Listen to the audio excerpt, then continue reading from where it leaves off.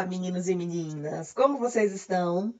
Nessa abordagem inicial, nós falaremos a respeito dos dentes e dos tecidos que estão adjacentes ao dente, que são em conjunto chamados de periodonto. Então, vamos iniciar abordando conceitos relativos aos dentes. Dentes são órgãos do corpo humano, e são órgãos porque se constituem de tecidos diferentes. Então, os dentes eles são formados de tecidos diferentes. Esses tecidos, inclusive, têm origens embrionárias diferentes e eles desempenham funções específicas. Isso os tornam órgãos, né? Então, como órgãos, os dentes eles desempenham as seguintes funções. A função mais conhecida e mais lembrada de todas quando se refere a dentes é a função de mastigação. Então, os dentes eles participam da mastigação, ajudando a cortar, perfurar, triturar os alimentos. Então, essa é a parte inicial, né, do trato digestório, onde nós estamos aí trabalhando no sentido de transformar elementos, nutrientes, macronutrientes em micronutrientes com tamanho suficientemente pequeno que consiga ser absorvido.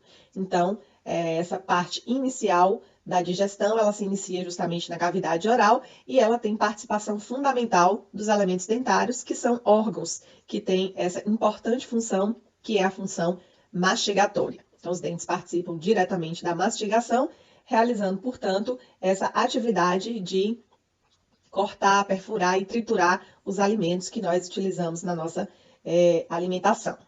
Além da função mastigatória, né, que é a principalmente lembrada, os dentes eles também participam da função fonética.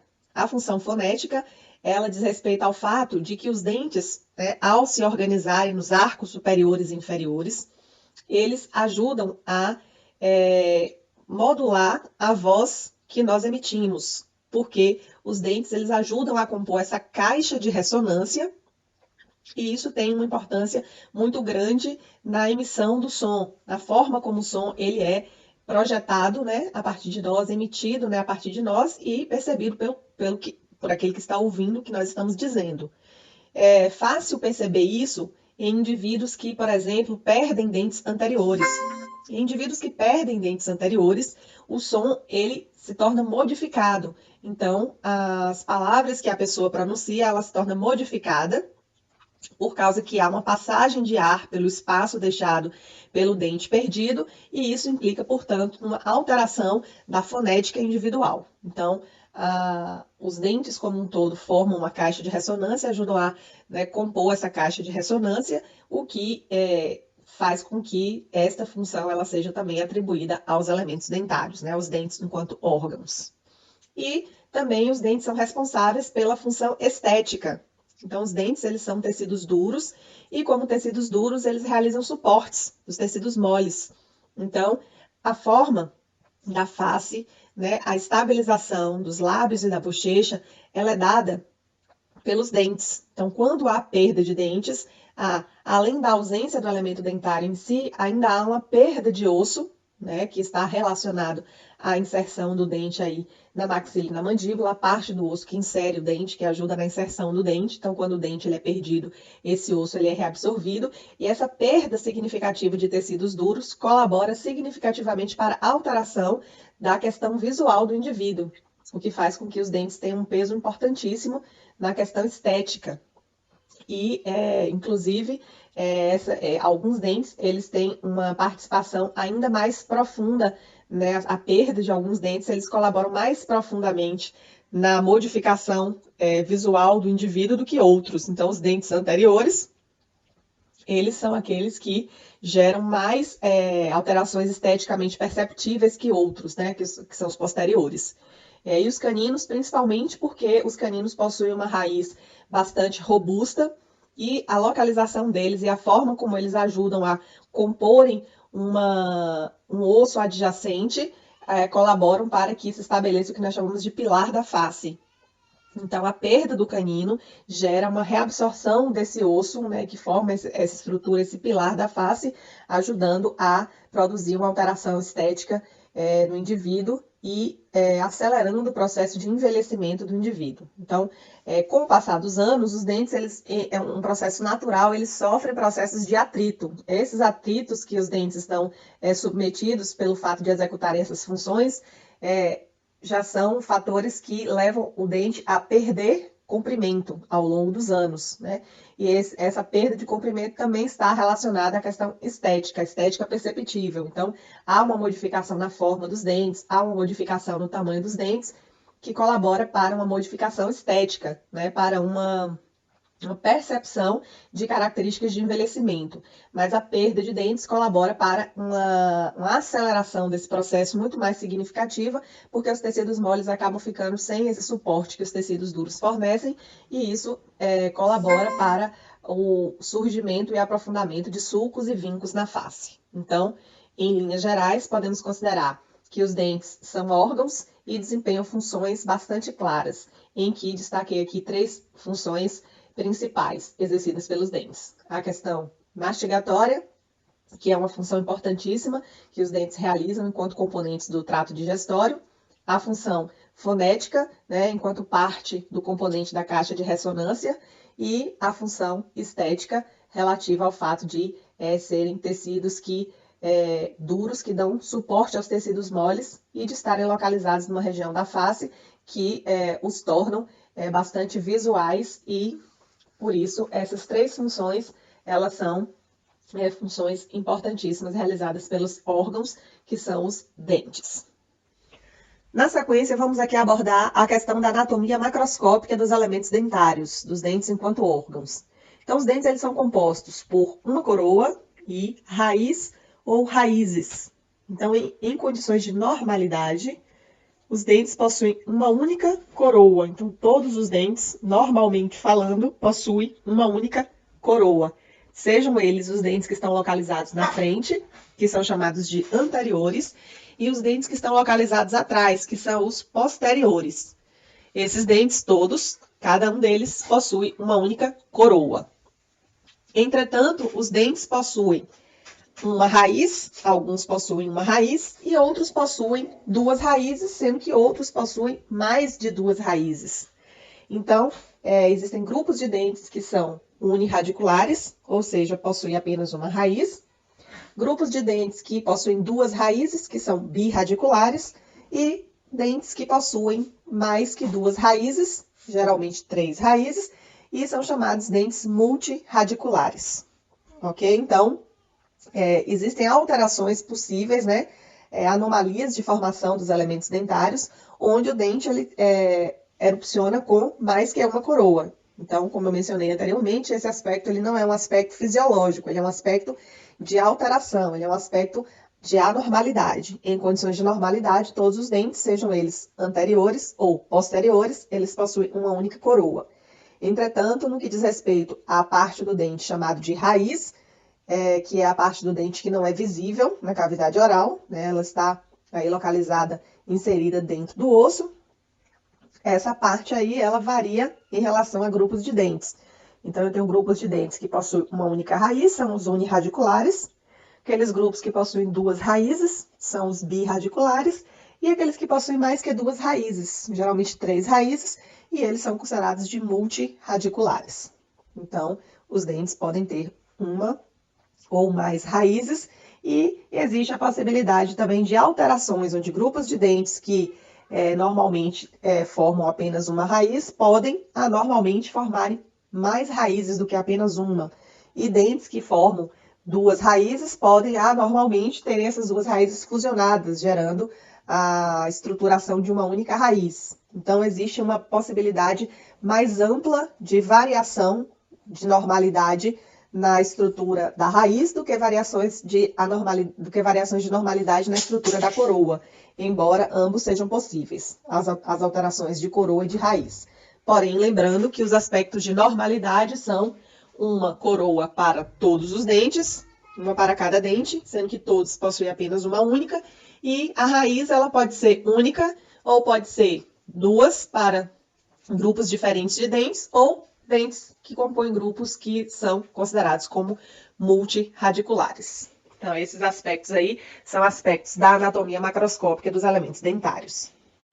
Como eu comentei no início, os dentes eles são órgãos constituídos por tecidos diferentes, que são os tecidos dentários. Então, o dente ele é formado por 3 diferentes tecidos, que são eles: o esmalte dentário, a dentina e a polpa dentária. O esmalte dentário, ele é um tecido duro que se origina a partir do epitélio que reveste a cavidade oral. Então, ele é um tecido de origem ectodérmica.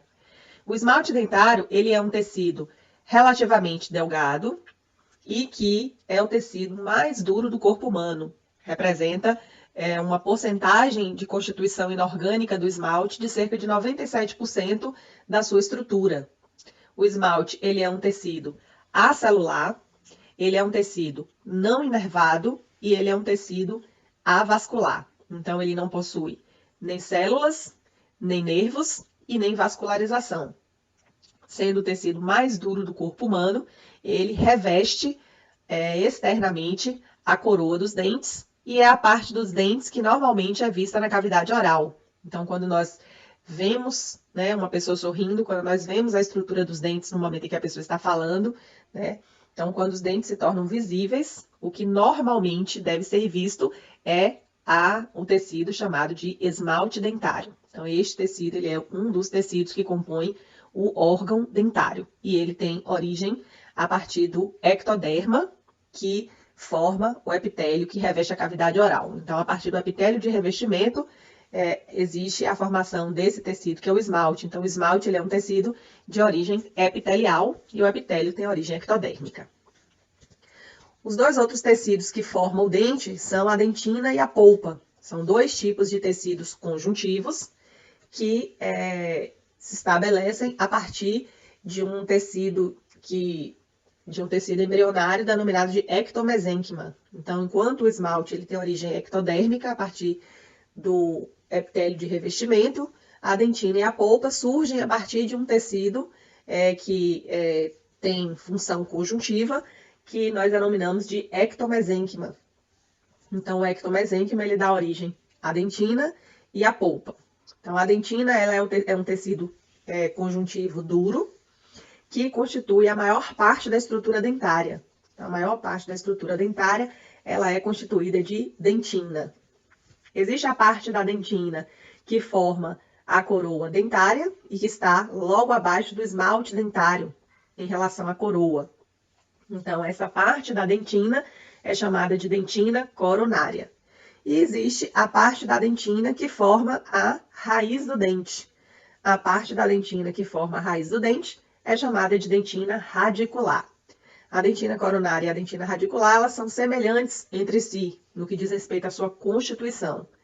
Trata-se de um tecido de coloração amarelada e que tem uma dureza em torno de 70%. Né? 70% da estrutura da dentina é constituída por cristais inorgânicos que tornam a dentina o segundo tecido mais duro do corpo humano.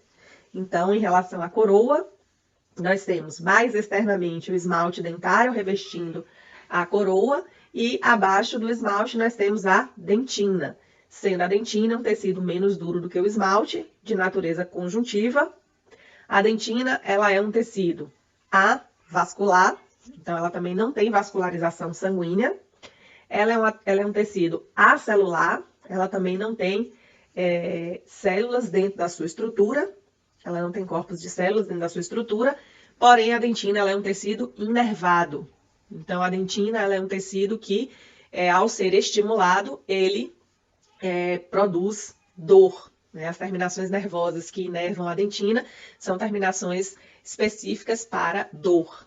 Tá? Então a dentina é um tecido inervado. Porém, não é um tecido nem celularizado e nem vascularizado. A dentina ela se divide naquela parte que forma a coroa, que é a dentina coronária, e na parte que forma a raiz, que é a dentina radicular. Dentro da dentina existe um espaço, tanto no que diz respeito à porção coronária, quanto no que diz respeito à porção radicular. Esse espaço interno da dentina, em relação à coroa, é chamado de câmara pulpar. E o espaço interno da dentina relativa à raiz são chamados de canais radiculares.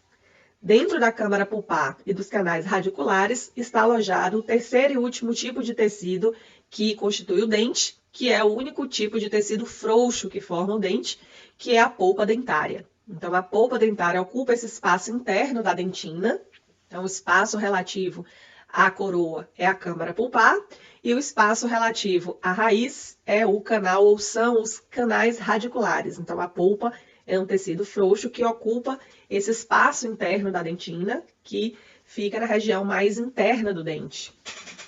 E a polpa é o tecido responsável por garantir que o dente seja um tecido, que o dente seja um órgão vivo. Então, o dente ele é um órgão vivo graças à inervação, vascularização da polpa. Então, a polpa é um tecido frouxo, um tipo de tecido conjuntivo frouxo, celularizado, vascularizado e inervado, que possui a mesma origem embrionária que a dentina.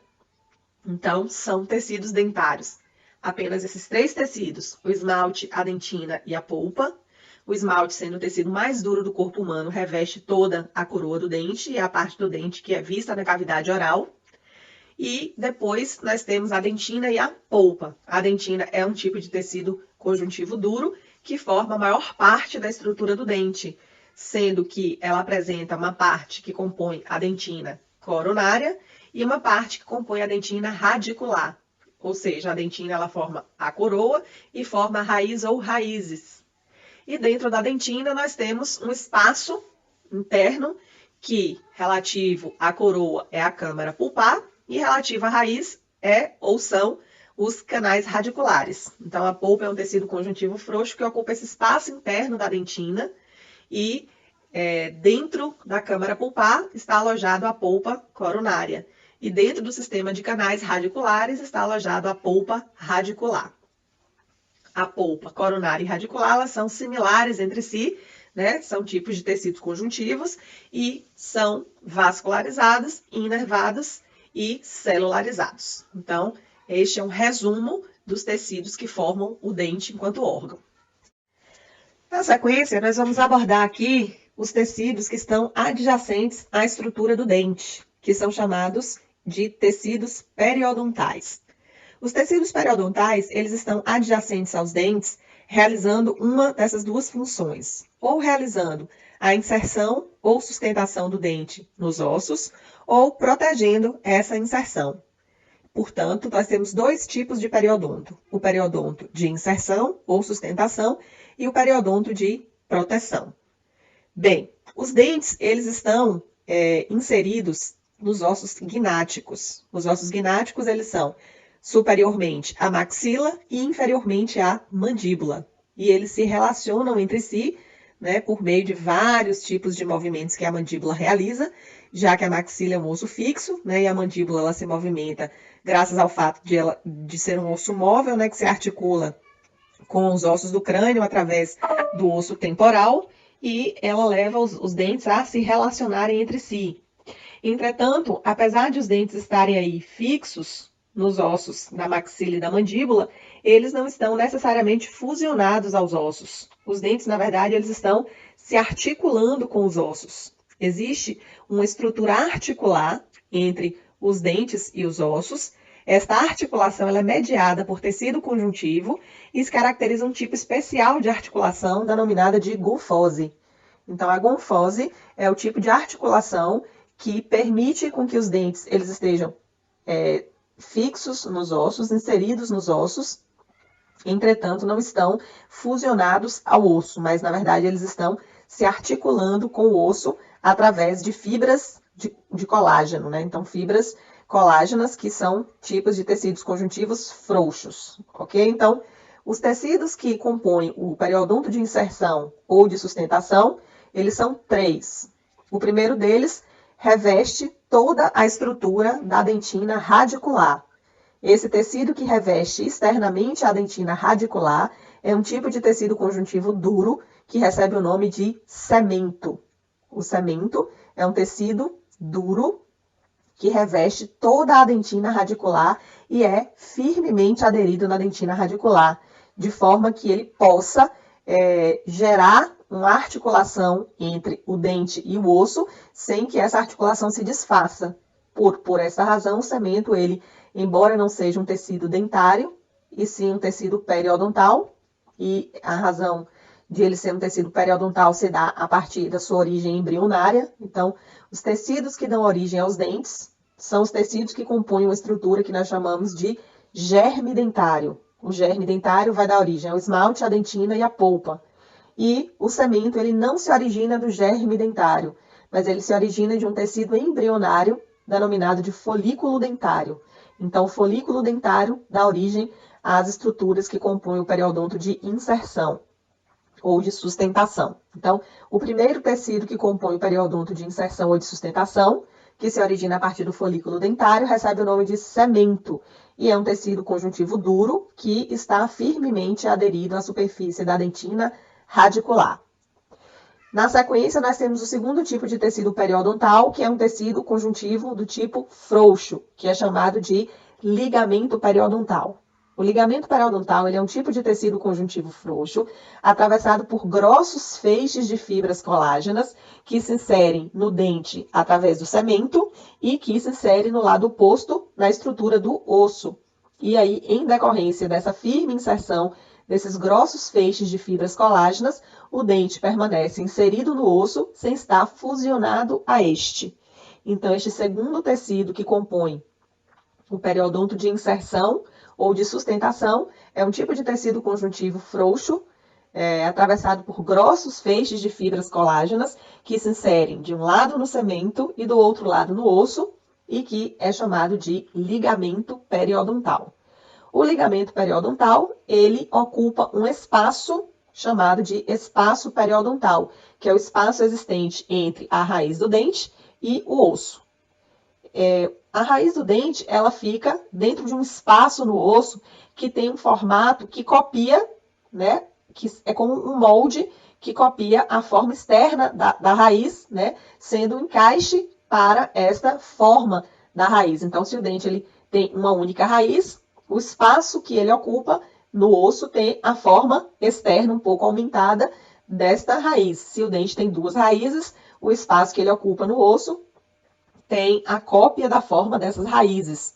Então, esse espaço que as raízes ocupam no osso recebe o nome de alvéolo. Então, a raiz dos dentes está dentro do alvéolo dentário, né? E dentro do alvéolo dentário, portanto, fica o espaço periodontal que está aí adjacente ao cemento, que é o tecido periodontal que está colado aí na dentina radicular. Tá? Então, formando aí o periodonto de inserção, nós temos o cemento, o ligamento periodontal e o terceiro e último tipo de tecido que compõe o periodonto de inserção é o osso, que insere essas fibras aí do ligamento periodontal.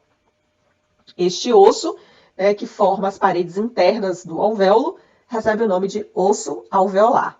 Então, o osso alveolar, ele é a parte do osso que insere as fibras do ligamento periodontal e colaboram com a composição dessa articulação entre dente e osso, que é essa estrutura que nós denominamos de gonfose. Então, a gonfose é uma articulação que se estabelece entre o dente e o osso, em que estão presentes três tecidos, dois tecidos duros, um de cada lado, e um tecido frouxo intermediário entre esses dois duros.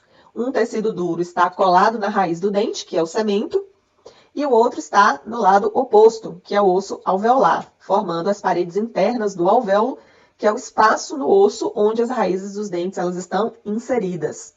Portanto, os tecidos periodontais de inserção ou de sustentação são três.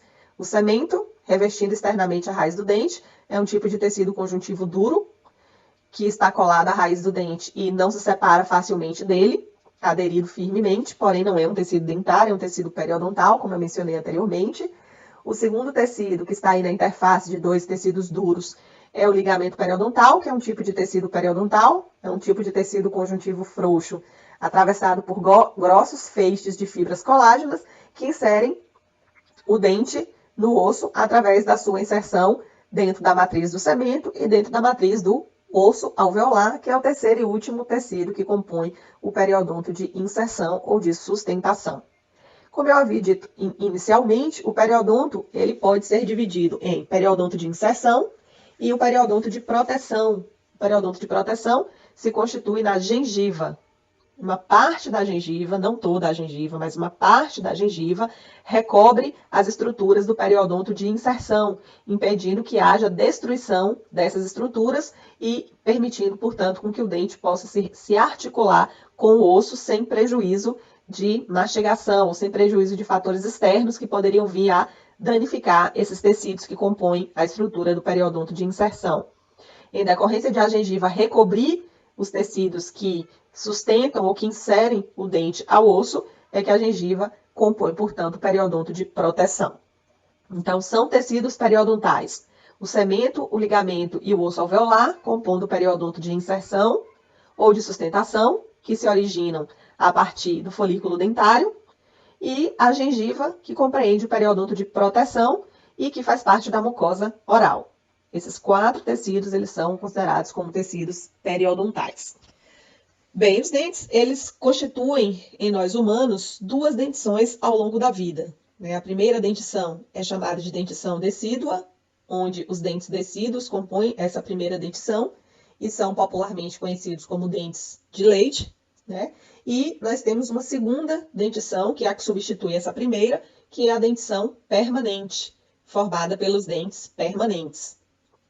Então, os dentes decíduos, eles se caracterizam por serem menores que os dentes permanentes e se caracterizam por serem mais brancos, razão pela qual são chamados de dentes de leite, né? A cor dos dentes decíduos é mais parecida com a cor do leite do que a cor dos dentes permanentes.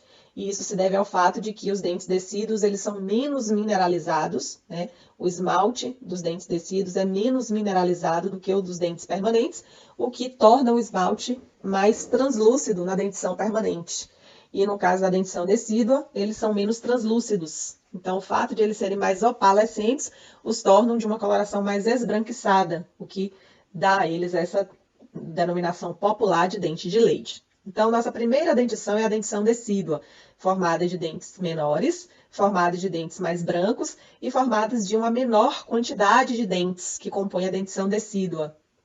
Então, esses dentes, eles são menores, eles suportam menos carga mastigatória e essa força que eles suportam serem exercida sobre eles, ela é fornecida justamente pela estrutura que está aí compondo o que a gente chama de sistema estomatognático, que são os ossos que compõem o crânio do indivíduo que possui dentes de leite ou dentes decíduos e essa musculatura envolvida com esse crânio, né, que tem um tamanho pequeno.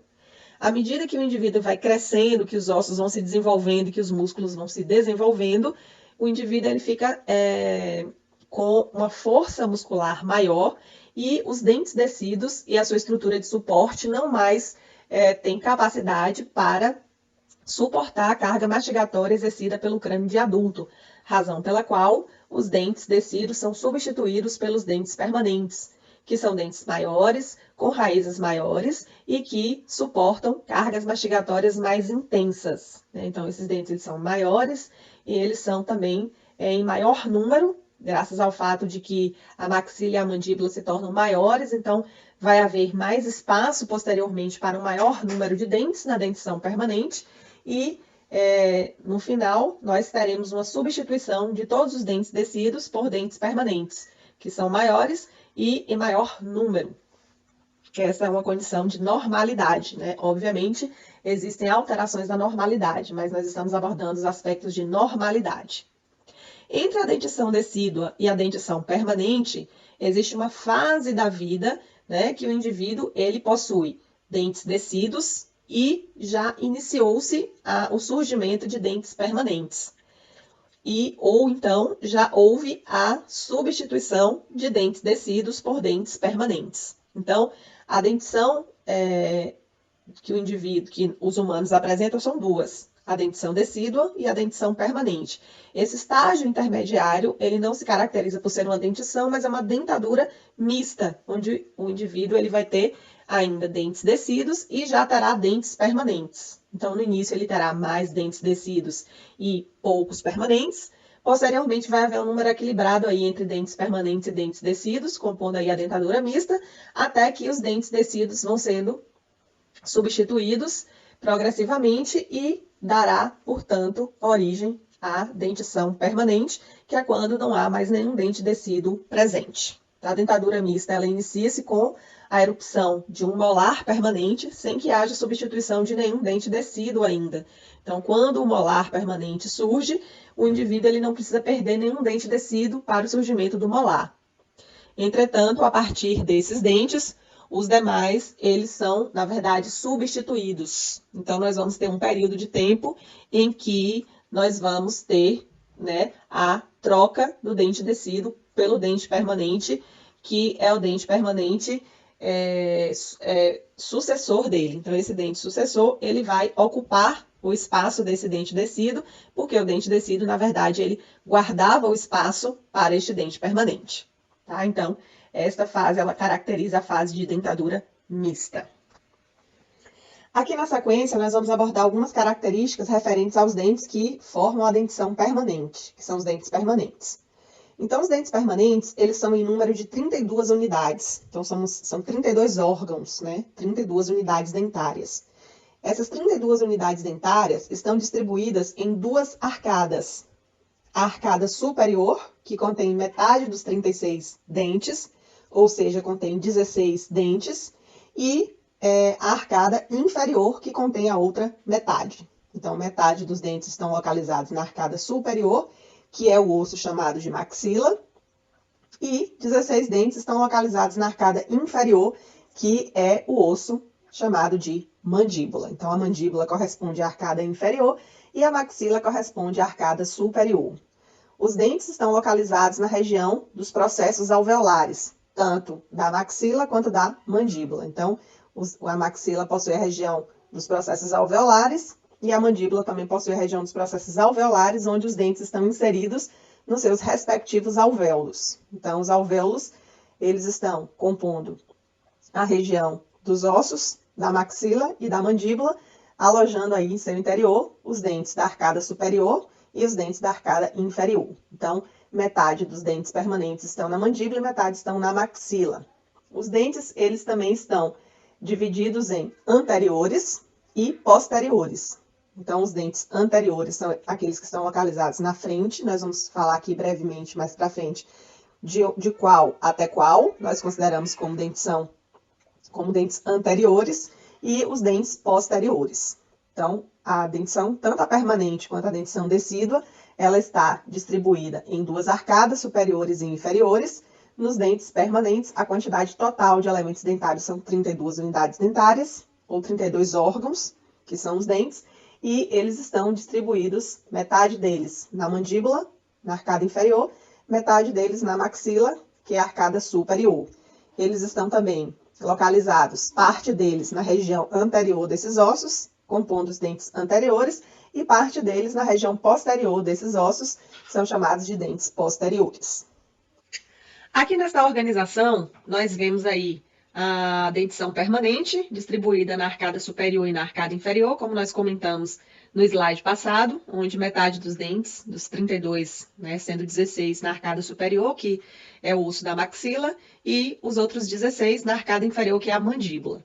Percebam que existe uma linha vertical, que foi aí traçada na região média, e essa linha é chamada de linha média.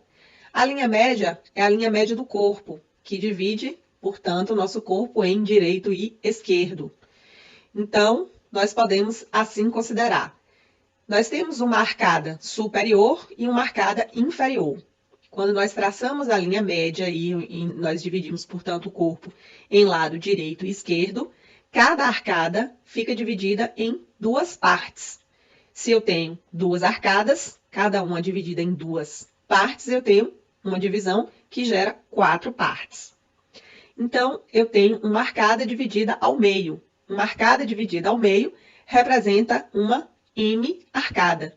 Uma hemiarcada é a metade de uma arcada. Então, a arcada superior, ao ser dividida pela linha média em direita e esquerda, gera uma hemiarcada superior direita e uma hemiarcada superior esquerda. Nós podemos chamar as hemiarcadas também de quadrantes. Então, se eu tenho um arco sem divisão, eu tenho um arco inteiro, uma arcada. Mas à medida que eu divido o arco em uma linha média, em direito e esquerdo, eu tenho 2 quadrantes. O quadrante direito e o quadrante esquerdo. Então, eu tenho aí a maxila dividida em quadrante direito, que é o quadrante superior, e quadrante esquerdo, que é o quadrante superior esquerdo, ambos da maxila. E os da mandíbula são espelhos, são semelhantes. Então, eu tenho também uma hemiarcada inferior esquerda, ou quadrante inferior esquerdo, e uma hemiarcada inferior direita, ou quadrante inferior direito. Então, a linha média divide o corpo em duas partes, direita e esquerda, e divide a arcada em hemiarcadas ou quadrantes. Se eu tenho duas arcadas, cada arcada é dividida em dois quadrantes, no final eu tenho 4 quadrantes. Um quadrante superior direito, um quadrante superior esquerdo, um quadrante inferior esquerdo e um quadrante inferior direito. É como se nós estivéssemos fazendo uma visão, né, no espelho, e nessa visão no espelho, nós veríamos, portanto, o lado de quem está sendo observado, no lado oposto àquele do nosso lado. Então, se a pessoa está nos olhando de frente, nós estamos de frente para a pessoa, o nosso lado direito corresponde ao lado esquerdo de quem está de frente para a gente.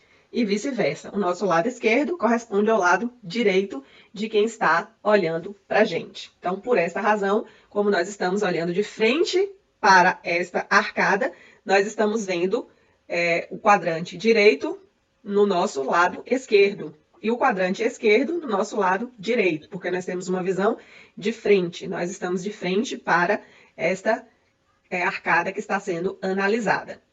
Então, dentro deste conceito aí, nós estamos dividindo o corpo em direita e esquerda, através do traçado de uma linha média. Quando nós fazemos o traçado de uma linha média, tudo que tem do lado direito tem também do lado esquerdo. Então, cada região destas, que foi dividida pela linha média, é chamada de hemiarcada ou quadrante. Se eu tenho duas hemiarcadas por arcada, então eu tenho uma hemiarcada direita e uma hemiarcada esquerda, sendo que eu tenho as correspondentes superior e inferior. Os mesmos dentes que eu tenho em cada uma dessas hemiarcadas são semelhantes aos que eu tenho na oposta, com a diferença de serem superiores ou inferiores. Então, todos os dentes que eu tenho correspondentes numa hemiarcada, seja superior ou inferior, eu tenho nas outras. Eu tenho, portanto, um total de 16 dentes superiores divididos por 2. Então, em cada quadrante eu tenho 8 dentes, que vezes 4 corresponde ao total de 32 dentes que o indivíduo possui no seu total da sua dentição permanente. Existe a possibilidade de um indivíduo ter uma alteração no número total de dentes? Existe. Isso é uma anormalidade, isso é uma variação de normalidade. Então, os indivíduos eles podem ter mais dentes que 32 na dentição permanente. Então, tendo mais dentes, esses dentes a mais são chamados de supranumerários. E o indivíduo tendo menos dentes que 32, ele tem uma hipodontia, ou dentes a menos do que aquela quantidade que ele deveria ter como aspecto considerado de normalidade. Como aqui nós estamos trabalhando com a condição de normalidade, dentro da condição de normalidade, na dentição permanente são 32 dentes, 16 em cada arcada, 8 em cada hemiarcada ou quadrante. Aqui na sequência, nós vamos aprender o nome dos dentes que formam aí os 32 dentes permanentes. Então, quais são os grupos de dentes que compõem a dentição permanente? Então, da linha média, que compõe os dentes anteriores, nós vamos caminhar para os dentes que estão para longe da linha média, que são os dentes posteriores. Então, aí próximo da linha média, nós temos os incisivos. Então, são esses 4 dentes que compõem aí esses 4 que estão mais próximos da linha média, certo? Sendo que esses 2 que estão justamente colados na linha média são os incisivos centrais. E ao lado dele, nós temos os incisivos laterais. Então, os dentes mais anteriores de todos são esses aí. Os que estão adjacentes à linha média, que são os incisivos centrais. E, na sequência, os que estão adjacentes aos centrais, que são os incisivos laterais. Então, na dentição permanente, nós temos 4 incisivos, sendo 2 centrais e 2 laterais, em uma única arcada. Se nós levarmos em consideração as duas arcadas, na dentição permanente nós temos 8 incisivos, sendo que 2 deles são centrais superiores, 2 deles são centrais inferiores, 2 deles são laterais superiores e 2 deles são laterais inferiores. Então, todos os dentes superiores possuem o seu correspondente inferior. todos os nomes que nós formos dando aos dentes superiores, existirá um correspondente inferior com o mesmo nome, porém inferior. Então, os 4 dentes mais próximos da linha média são os 2 mais adjacentes, os incisivos centrais, sendo 2 superiores e 2 inferiores, e ao lado dos centrais, os laterais, sendo 2 laterais superiores e 2 laterais inferiores.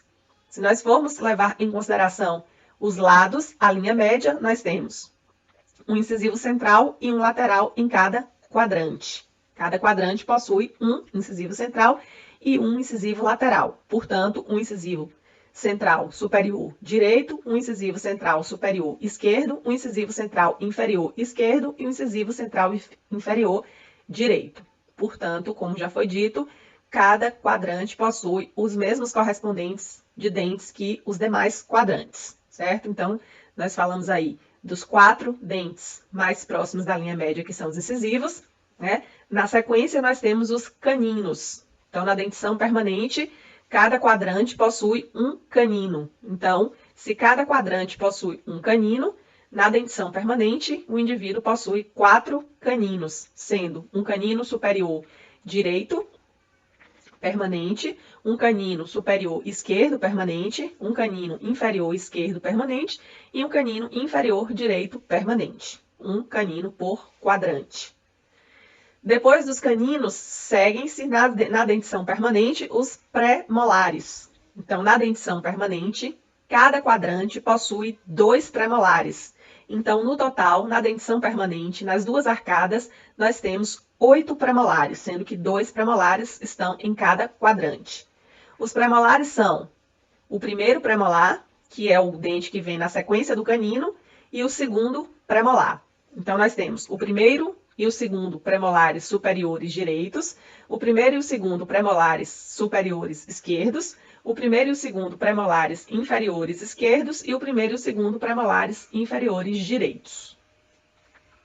Na sequência, na dentição permanente, depois dos pré-molares, vem os molares. Então, na dentição permanente, cada quadrante possui 3 molares. Então, se cada quadrante possui 3 molares, na arcada ele possui 6 molares e na dentição total, 12 molares. Então, por quadrante, nós temos 3 molares. De anterior para posterior, eles são o primeiro molar, o segundo molar e o terceiro molar. Então, na dentição permanente, nós temos primeiro, segundo e terceiros molares. Cada quadrante possui os seus correspondentes primeiro, segundo e terceiros molares, superiores direito e esquerdo, inferiores direito e esquerdo também. O que, computado todos esses dentes aí, são os nossos 32 elementos dentários. São considerados dentes anteriores aqueles que vão de canino a canino. Então, o canino superior direito, o incisivo lateral direito, o incisivo central direito, o incisivo central esquerdo, o incisivo lateral esquerdo e o canino esquerdo, eles compreendem os dentes que são considerados dentes anteriores.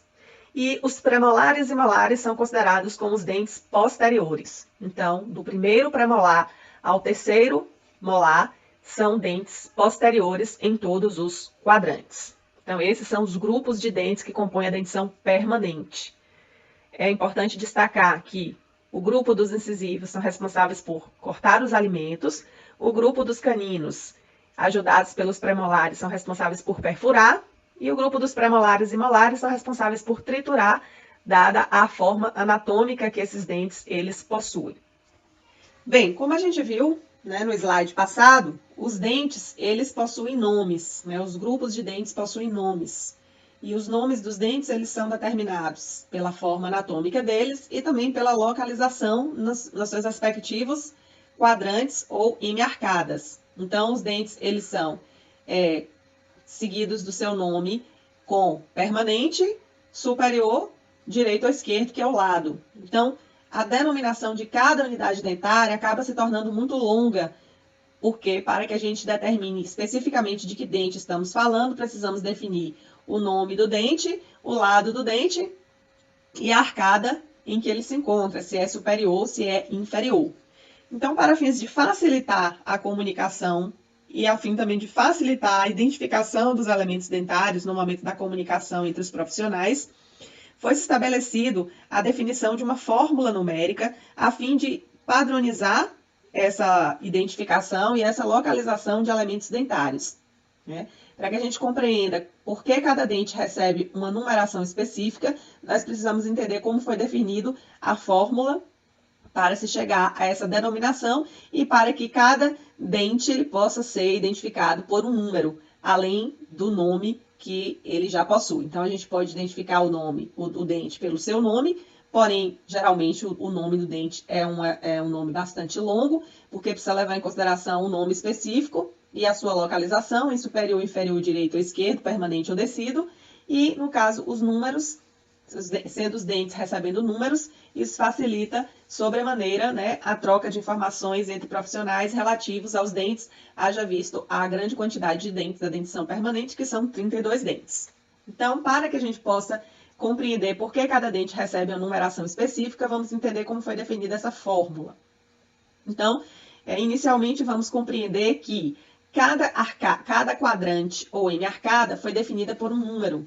E essa numeração ela foi dada em uma sequência horária. Então, o primeiro quadrante ou arcada que recebeu numeração foi a superior direita e recebeu o número 1. Na sequência horária, a segunda arcada que recebeu numeração foi a superior esquerda, que recebeu o número 2. Em continuidade em sequência horária, a próxima M-arcada ou quadrante que recebeu numeração foi a inferior esquerda, que recebeu o número 3. E para concluir, o número 4 ficou com a última M-arcada ou quadrante, que é a inferior direita. Sendo assim, nós temos 4 M-arcadas e cada M-arcada possui o seu número fixo determinado, sendo que a M-arcada ou quadrante superior direito é a M-arcada 1, a M-arcada ou quadrante superior esquerdo é a M-arcada 2, a M-arcada ou quadrante inferior esquerdo é a M-arcada 3 e a M-arcada ou quadrante inferior direito é a M-arcada 4. Então, nós podemos nos referir ao quadrante 1, quadrante 2, quadrante 3 e quadrante 4, simplesmente pelos números, porque nós saberemos exatamente de qual se trata, haja visto o fato de essa numeração ser fixa. Bem, esclarecido aí como cada M-arcada recebeu a sua numeração, né, e como nós vimos como isso facilita, né, a identificação da M-arcada, quando nós podemos simplesmente identificá-las por um número, na sequência nós vamos identificar como que se chegou a uma numeração para cada unidade dentária. Então, como nós vimos anteriormente, cada M-arcada possui, na dentição permanente, 8 dentes. E esses dentes, eles possuem os seus correspondentes nas outras M-arcadas de maneira similar. Então, cada dente que possui uma M-arcada, ele encontra seu correspondente na M-arcada subsequente. De forma que, em cada M-arcada, os dentes receberam uma numeração, cada dente. Então, essa numeração ela foi atribuída baseando-se, tendo como ponto de partida a linha média, sendo que da linha média, que são os dentes anteriores, para posterior, os dentes foram sendo numerados progressivamente. Então, o dente incisivo central recebeu o número 1, o incisivo lateral o número 2, o canino o número 3, o primeiro premolar o número 4, o segundo premolar o número 5, o primeiro molar o número 6, o segundo molar o número 7 e o terceiro molar o número 8. Em cada quadrante, os dentes receberam essa mesma numeração, desta mesma forma, como estabelecido para o primeiro. Então, no quadrante 1, de anterior para posterior, os dentes foram numerados na sequência numérica crescente, né? E então, essa numeração, ela ajudou na composição do número que foi dado a cada dente, que corresponde à dentição permanente. Então, eu não posso simplesmente me referir ao dente 1 isoladamente, porque se eu me referir ao dente 1, eu vou encontrar um dente 1 no primeiro arco, que é o arco 1, no primeiro M-arcada, que é M-arcada 1, ou quadrante 1, bem como eu vou encontrar o dente 1 na M-arcada 2, ou quadrante 2, e na 3 e na 4, sequencialmente. Então, para que a gente identifique, de fato, cada dente por um número específico, a fórmula ela determinou que o dente será numerado inicialmente pelo número que é aquele definido para o número do quadrante, seguido do número que ele ocupa especificamente no quadrante. Então, no slide a seguir, essa informação ela vai ser compreendida melhor. Aqui chegamos à conclusão final de como que cada dente permanente recebe o seu número específico, a sua numeração específica, a partir da identificação do dente no quadrante e da numeração do quadrante especificamente. Então, como eu tenho quatro quadrantes, o 1 e o 2 sendo superiores, o 3 e o 4 inferiores, a numeração de cada dente ficou definida inicialmente pelo número do quadrante, na sequência, seguido pelo número que o dente ocupa em relação à sua ordem de anterior para posterior. Sendo que no quadrante 1, todos os dentes se iniciam com o número 1. Então, nós temos o 11, o 12, o 13, o 14, o 15, o 16, o 17 e o 18, todos ocupando o quadrante 1. Ocupando o quadrante 2, todos os dentes iniciam a sua numeração pelo número 2, que refere-se ao quadrante 2. E, na sequência do número 2, vem a sua posição aí de anterior para posterior. 21, 22, 23, 24, 25, 26, 27 e 28. Na sequência, os dentes que ocupam o quadrante 3, eles iniciam-se todos pelo número 3. E, na sequência do número 3, aquele número que determina a sua posição de anterior para posterior. Então, os dentes que ocupam o quadrante 3 são o 31, 32, 33, 34, 35, 36, 37 e 38. E, para completar, os dentes da dentição permanente, aqueles que ocupam o quadrante 4, que iniciam-se pelo número 4 e, na sequência, o número que determina a sua posição de anterior para posterior. 41, 42, 43, 44, 45, 46, 47 e 48. Então, em vez de a gente, por exemplo, ter que se referir ao dente terceiro molar inferior direito permanente, nós dizemos o elemento 48. Então, sempre os elementos 18, 28, 38 e 48 corresponderão a terceiros molares. Sempre 16, 26, 36 e 46 corresponderão sempre a primeiros molares. Então, os dentes que são na sequência do 11 ao 18, 21 ao 28, 31 ao 38, 41 ao 48, tratam-se todos de dentes permanentes e não podem ser confundidos com a numeração da dentição decídua que nós veremos na sequência. Ok, pessoal, aqui vamos abordar a dentição decídua, né? Então, vamos utilizar a mesma lógica aí da linha média, né? Que foi aí a linha que nós traçamos, que divide o corpo em direita e esquerda. Nós vamos identificar a quantidade de dentes que existe na dentição decídua. Então, o número normal de dentes da dentição decídua são 20 elementos dentários, sendo que 10 deles estão no arco superior, ou arcada superior, e 10 deles estão localizados na arcada inferior, sendo que em cada quadrante ou hemiarcada nós temos um total de 5 dentes. Cada arcada, portanto, possui os mesmos tipos de dentes que possuem as demais, né? Então, nós vamos ver quais são os grupos de dentes que estão presentes na dentição decídua. Então, na dentição decídua, nós temos os incisivos centrais, nós temos também, na sequência, os incisivos laterais, e aí nós estamos seguindo uma sequência que vai de anterior para posterior. Na sequência dos laterais, nós temos os caninos, e na sequência dos caninos, nós temos os molares decíduos. Então, na dentição decídua, não existe o grupo dos pré-molares, e a quantidade de molares da dentição decídua é apenas de 2 molares por quadrante ou hemiarcada, sendo o primeiro molar decíduo e o segundo molar decíduo. Ok? Então, resumindo aí, na dentição decídua nós temos um total de 20 dentes, essa é a contagem normal. Esses 20 dentes estão distribuídos em 10 dentes no arco superior, ou arcada superior, e 10 dentes na arcada inferior. Dividindo os arcos no meio, pela linha média, que divide o corpo em direita e esquerda, nós temos estabelecido quadrantes ou hemiarcadas.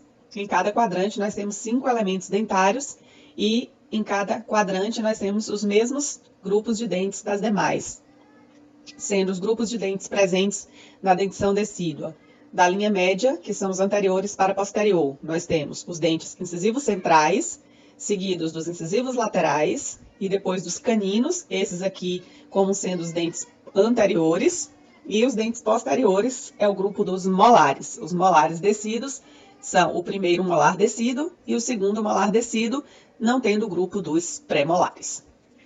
Aqui na sequência, nós vamos ver a fórmula que determina a numeração para a dentição decídua. Então, nós vamos também numerar os quadrantes ou M arcadas, na mesma sequência horária em que nós vimos para a dentição permanente, e com uma sequência que segue a da dentição permanente. Então, na dentição permanente, nós tínhamos os quadrantes 1, 2, 3 e 4. Então, seguindo esta sequência, nós vamos para a dentição decídua, para os quadrantes 5, que é o superior direito, 6, que é o superior esquerdo, então, seguindo aí também o sentido horário, 7, que é o inferior esquerdo, e 8, que é o inferior direito. Sempre lembrando que nós estamos vendo, né, a arcada, ela está de frente para nós, e por essa razão, o nosso lado direito está de frente para o lado esquerdo desta arcada que nos olha de frente, né, ou que está virada de frente para nós. E os dentes também são numerados individualmente, né, de anterior para posterior, em 1, 2, 3, 4 e 5. Sendo que aí, no próximo slide, nós vamos verificar como que se define o número específico de cada dente para que a gente possa localizá-lo como um dente específico. Então, finalmente, aqui estamos vendo a numeração específica de cada dente que compõe a dentição decídua. Então, os dentes decíduos, eles são os grupos que são numerados pelas numerações da família dos 50, dos 60, dos 70 e dos 80. Como nós só temos 5 dentes em cada quadrante ou em cada M arcada, esses números só podem ir até os 55, 65, 75 e 85. De forma que os dentes 51, 52, 53, 54 e 55 ocupam o quadrante superior direito. Os 61, 62, 63, 64 e 65 ocupam o quadrante superior esquerdo. Os 71, 72, 73, 74 e 75 ocupam o quadrante inferior esquerdo. E os dentes 81, 82, 83, 84 e 85 ocupam o quadrante inferior direito, né? Então, esses números que foram citados, tanto para a dentição decídua quanto para a dentição permanente, são os únicos dentes que, de fato, possuem uma numeração individual, né? E, então, nós podemos nos referir a cada um desses elementos dentários ou pelo seu nome, que geralmente é um nome com várias palavras, ou então pelo número, que simplifica bastante, né, a sua localização e a comunicação a respeito de condições que se referem a esses elementos dentários. Bem, aqui na sequência nós vamos abordar o conceito de faces dos dentes, né? Faces são as áreas dos dentes, certo? Especificamente das coroas dos dentes, e que vai ser de uma importância bastante significativa para a gente compreender várias informações e vários conceitos embrionários dos capítulos de odontogênese, dos capítulos de esmalte, de dentina, de polpa. Então, em decorrência disso, nós vamos aqui, inicialmente, fazer uma abordagem de noções básicas relativas às faces dos dentes. Inicialmente, vamos abordar como estão, né, denominadas as faces dos dentes anteriores, e depois nós vamos também abordar a nomenclatura das faces dos dentes posteriores. Haja visto o fato de que, embora algumas possuam nomenclaturas similares, outras possuem nomenclaturas distintas entre si, até porque há uma modificação morfológica, né? Há uma variação da forma dos dentes anteriores para os dentes posteriores, para que cada um realize sua função, e isso gera modificação, inclusive, nessa questão de nomenclatura de faces, tá? Então, nós vamos começar aqui compreendendo o que são as faces nas coroas dos dentes e também conhecendo a nomenclatura destas. Então, inicialmente, eu abordei uma importância de nós falarmos a respeito desses conceitos e dessas nomenclaturas referentes às faces dos dentes. Inicialmente, a importância para vocês será para compreender esses assuntos que nós vamos abordar no nosso componente curricular. Mas, posteriormente, eles serão de uma utilidade muito grande, porque quando nós vamos nos referir aos elementos dentários, em que nós fazemos exames clínicos, nós podemos fazer anotações referentes a alterações de sua estrutura, alterações da estrutura dentária. E nós fazemos um registro dessas alterações em uma ficha clínica, né, em uma parte da ficha clínica que é chamada de odontograma.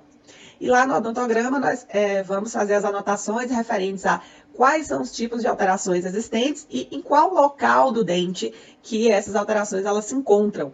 E é aí que nós precisamos desses conceitos, dessas nomenclaturas de faces, para que a gente consiga fazer anotações objetivas, de forma que essas alterações elas possam ser verificadas em um segundo momento e de forma que nós possamos estabelecer um diálogo referente ao tratamento do paciente, que seja um diálogo estabelecido em padrões de normatização, né? Então, para que seja bastante formalizado essas descrições e que para que outros profissionais consigam compreender, né, o que está sendo dito em relação ao resultado, né, do exame clínico que foi realizado dos dentes de um paciente especificamente. Então, vamos iniciar aqui abordando o conceito de faces, né, das coroas dos dentes anteriores. Então, nós temos aqui como exemplo um incisivo, né? E esse dente ele está posto da esquerda para a direita, de frente para nós, aí na imagem do meio é oposta à anterior, então inicialmente ele está de frente, depois ele está com o lado oposto, de frente para nós, e o dente que está posicionado mais à direita de todos continua sendo o mesmo, porém agora visto de perfil. Então, nós estamos vendo o mesmo elemento dentário que está inclinado, que está virado para nós, só que nós estamos vendo faces diferentes da coroa desse mesmo dente. Nós estamos vendo a face da coroa que está voltada para nós quando nós estamos visualizando o paciente que está olhando para a gente, conversando conosco, ou sorrindo, ou mostrando os dentes no exame. Se nós estivermos de frente para ele, nós estaremos vendo esta face, que é a face que se posiciona logo que a gente olha para a cavidade oral. A outra face da mesma coroa do mesmo dente, para que a gente consiga observar ela, a gente precisa olhar lá dentro da cavidade oral propriamente dita, porque esta face está voltada justamente para a cavidade oral propriamente dita. E na última imagem, que é a imagem à direita, nós estamos vendo este dente de perfil. Então, nós podemos ver o perfil de um lado do dente e o perfil do outro lado do dente. Então, se eu quiser fazer uma descrição de alguma alteração que se processou em alguma dessas faces ou em mais do que uma dessas faces, eu preciso inicialmente estabelecer uma nomenclatura para cada uma dessas faces da coroa. E é o que a gente vai observar no slide a seguir. Bem, então aqui nós estamos vendo os nomes, né, que essas faces elas estão recebendo aí. E nós estamos verificando que quando o dente está voltado para frente, quando nós estamos olhando ele de frente, esse dente ele está voltado para a mucosa labial. Esta mucosa labial ela é também chamada de mucosa vestibular. E por causa disso, porque esta face do dente está voltada para esta mucosa, que é a mucosa vestibular, ela é denominada de face vestibular. Aí no dente do lado, o mesmo dente, nós estamos vendo a face oposta a ela, que é a face que está voltada para a cavidade oral propriamente dita. Esse dente é um dente superior. Então, essa face ela está voltada para o palato, né, que é esse osso que forma o teto da cavidade oral. Então, ela pode ser chamada de face palatina. Entretanto, ela também pode ser chamada de face lingual, porque esse dente também ele tem essa face aí tocando a superfície do dorso lingual. Então, essa face aí que está sendo chamada de lingual, como esse dente é um dente superior, ela pode ser também chamada de face palatina. Então, é a face palatina ou lingual. Sendo que nos dentes inferiores, todas as faces dos dentes que estão voltados para dentro, ou seja, para a língua, são as faces linguais. Em todos os superiores, todas as faces que estão voltadas também para a cavidade oral, elas são lingual ou palatina. E nos dentes superiores ou nos dentes inferiores anteriores, todas as faces dos dentes que estão voltadas para a mucosa vestibular, que é a mucosa dos lábios, ela é chamada de face vestibular. Como nós vimos no slide passado, nós tínhamos uma imagem em que o dente se encontrava de perfil. E o dente de perfil também tinha uma face, que é a face do dente que se contacta com o dente vizinho. E é justamente aquela face do dente que nós limpamos com o fio dental, porque a escova não consegue alcançar esse espaço. Então, estas faces, elas são uma de um lado e a outra do outro lado do dente. Então, nós temos duas possibilidades de perfil do dente, de um lado e do outro lado. Então, a face do dente que está voltada para a linha média é chamada de face mesial. e a face do dente que está oposta a esta recebe o nome de face distal. Essa denominação de mesial e distal, ela se emprega para os dentes superiores e para os dentes inferiores, se emprega também para os dentes anteriores e para os dentes posteriores. Então, todas essas faces dos dentes que estão próximas dos dentes vizinhos, também chamadas de faces proximais, certo? São a que está voltada para a linha média, a face mesial, e a que está voltada para o lado distante da linha média, mais distante da linha média, se configura na face distal. Então, as faces mesial e distal são faces proximais. E a face vestibular está voltada para a mucosa vestibular, enquanto que a face lingual está voltada para a superfície da língua. Esses dentes anteriores, eles possuem uma região, nessa região aí terminal do dente, da coroa do dente, em que nós temos um bordo cortante. Esse bordo cortante não chega a ser uma face, ele é mais uma linha de corte, já que esses dentes anteriores estão justamente voltados para cortar ou perfurar, que é o caso de incisivos, centrais e laterais que cortam, caninos que perfuram. Então, esse bordo cortante do dente recebe o nome de incisal, é o bordo incisal. Esta nomenclatura, ela difere bastante nos dentes posteriores, porque nos dentes posteriores ele deixa de ter apenas uma linha aí e ele desenvolve uma face nessa região, que é a face justamente em que o dente ele utiliza para triturar os alimentos. Então, nos dentes posteriores, o bordo incisal ele não vai existir e vai surgir aí no local uma face, mas nós falaremos mais adiante quando nós estivermos abordando aí as faces dos dentes posteriores. Então, resumindo o que foi dito, os dentes anteriores, eles possuem 4 faces e um bordo. As 4 faces são a vestibular, que é a face voltada para a mucosa vestibular, a face lingual, que está voltada para a superfície da língua, que nos dentes superiores pode ser chamado também de face palatina, e as faces proximais, a face que está voltada para a linha média, que é chamada de face mesial, e a oposta a ela, que é chamada de face distal, ao passo que o bordo cortante é chamado de bordo incisal. Aqui na sequência, nós estamos vendo aí um dente posterior, né, multiradicular, ou seja, que possui 3 raízes, e nós vamos aqui abordar os conceitos relativos às faces da coroa, né, dos dentes posteriores. Então, aqui nós estamos vendo, inicialmente, à esquerda, um dente que está voltado para nós, com a frente voltada para nós. Aí a gente vai observar as 2 raízes que ele possui voltadas para nós, e na imagem ao lado, este mesmo dente está sendo visto da perspectiva oposta, onde agora as 2 raízes elas estão de costa, e a raiz única que estava para trás, agora está voltada para frente. Então, nós estamos vendo ele primeiro de frente e depois ele de costas. E na última imagem, nós estamos vendo a parte do dente que está voltada para baixo, que é a face do dente que entra em contato com o dente antagonista e ela é utilizada para triturar os alimentos. Então, nós vamos abordar aí a nomenclatura dessas faces dos dentes posteriores, levando em consideração também a existência da linha média, porque a linha média vai ser um grande norteador para a localização das faces proximais dos dentes, ou seja, as faces mesial e distal, elas se baseiam em estar aquela face voltada para a linha média ou em oposição a esta. Então, vamos ver na sequência a denominação das faces da coroa dos dentes posteriores. Bem, então aqui é a nomenclatura das faces de um dente posterior ou dos dentes posteriores. Então, a face da coroa que está voltada para a mucosa jugal, que é a mucosa da bochecha, que também é a mucosa vestibular, ela recebe o nome de face vestibular.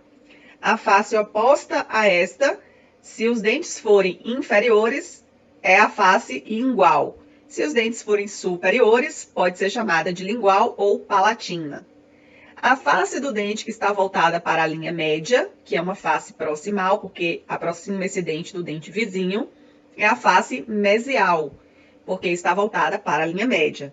E a face oposta a esta é a que está se distanciando da linha média, é denominada de face distal. Os dentes posteriores, eles não possuem um bordo cortante, mas eles possuem uma face de trituração. Esta face nos dentes posteriores recebe o nome de face oclusal. E aí a face oclusal ela foi colocada de frente para nós, para que a gente possa observá-la. Esta face é que entra em contato com o dente antagonista e é justamente nessa face aí onde os dentes eles são triturados. Então, nos dentes posteriores nós temos, assim como nos dentes anteriores, a face vestibular e lingual ou palatina, mesial e distal, porém, existe uma face diferente da dos dentes anteriores, que é a face oclusal, que substitui o bordo cortante, que é chamado de bordo incisal. Bem, pessoal, para a gente concluir aí essa abordagem que nós estamos fazendo acerca das noções, né, básicas referentes à estrutura dos dentes enquanto órgão, também em relação ao periodonto, que são os tecidos aí que estão adjacentes ao elemento dentário.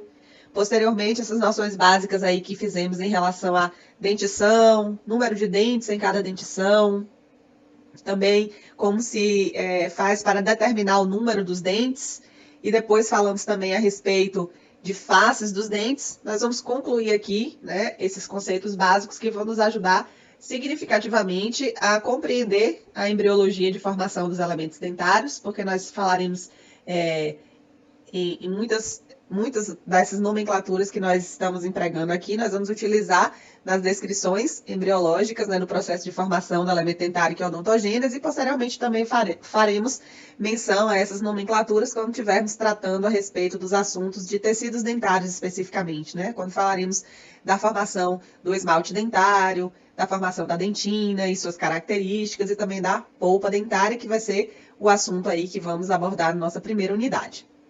Então, para a gente concluir aí esses conceitos básicos, nós vamos agora falar a respeito dos conceitos de terços da coroa e terços da raiz. Ou seja, nós podemos dividir a coroa do dente em 3 partes iguais. Né? Se traçarmos 2 linhas, conseguiremos dividir a coroa em 3 partes iguais e, portanto, estaremos dividindo ela em terços. Nesse primeiro slide, nós vamos abordar a nomenclatura referente aos terços da coroa. E, na sequência, falaremos a respeito da abordagem da nomenclatura dos terços da raiz, que também podemos obter se nós dividirmos imaginariamente a raiz em 3 partes. Bem, aqui nós temos um exemplo de um dente anterior à esquerda e à direita de um dente posterior, onde nós vamos observar a nomenclatura dos terços e vamos poder comparar quais nomenclaturas se assemelham entre si e quais ou qual difere entre si. Tá? Então, vamos iniciar aí com o dente anterior, um incisivo, em que nós estamos aí a partir do traçado de 2 linhas, dividindo a coroa em 3 partes, ou em terços, onde o terço que fica mais próximo da raiz, nesta linha aí que divide a coroa da raiz, que é a região do colo do dente, nós temos estabelecido o terço denominado de cervical. Na sequência, na região média da coroa do dente, nós temos o terço médio da coroa. E o último terço, o que fica na porção final da coroa do dente anterior, é denominado de terço incisal. Na sequência, nós vamos abordar a divisão dos terços da coroa de um dente posterior. Então, nos dentes posteriores, o terço do dente que fica também na região do colo recebe a mesma nomenclatura de um dente anterior, é o terço cervical. E aí, na sequência, a região média do dente também recebe a nomenclatura semelhante ao que se dá a um dente anterior, que é terço médio. A diferença ela fica por conta do último terço de uma coroa de um dente posterior, que passa a ser chamada de terço oclusal, porque está aí próxima da face oclusal, enquanto que nos dentes anteriores ela está próxima do bordo incisal. Então, os terços de uma coroa de um dente anterior são cervical, médio e incisal. E os terços da coroa de um dente posterior são cervical, médio e oclusal. Com relação aos terços da raiz dos dentes, nós vamos ter aí que os terços da raiz dos dentes é a divisão do comprimento da raiz em 3 partes iguais, né? E aí nós verificamos à esquerda a raiz de um dente anterior e à direita a raiz de um dente posterior, raízes, tá? E nós vamos verificar que a nomenclatura dos terços da raiz dos dentes, ela é semelhante, mesmo se tratando de dente anterior ou posterior ou uniradicular ou multiradicular, os terços eles têm nomenclaturas semelhantes. Então, o terço da raiz que fica próximo ao colo do dente é chamado de terço cervical da raiz. Na sequência, a região média da raiz recebe o nome de terço médio da raiz. E, por fim, o terço final da raiz recebe o nome de terço apical. Na porção final do terço apical, nós temos o forame apical. Então, essa é a nomenclatura dos terços da raiz dos dentes. Muito bem, ok? Então, vamos ficando por aqui e até